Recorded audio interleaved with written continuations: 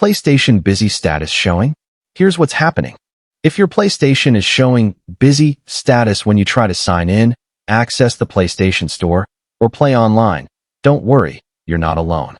This usually happens when the PlayStation Network, also known as PSN, is experiencing high traffic, server maintenance, or a temporary outage.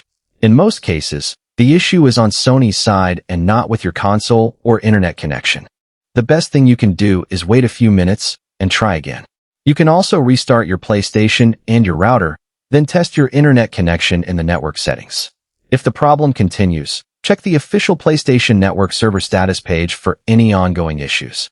Avoid repeatedly signing in and out, as it usually won't fix the problem while the servers are busy. Once Sony restores the servers, the busy status should disappear automatically, and you'll be able to access online services again. If this video helped you, don't forget to like, subscribe, and turn on notifications for more PlayStation troubleshooting guides. Thanks for watching.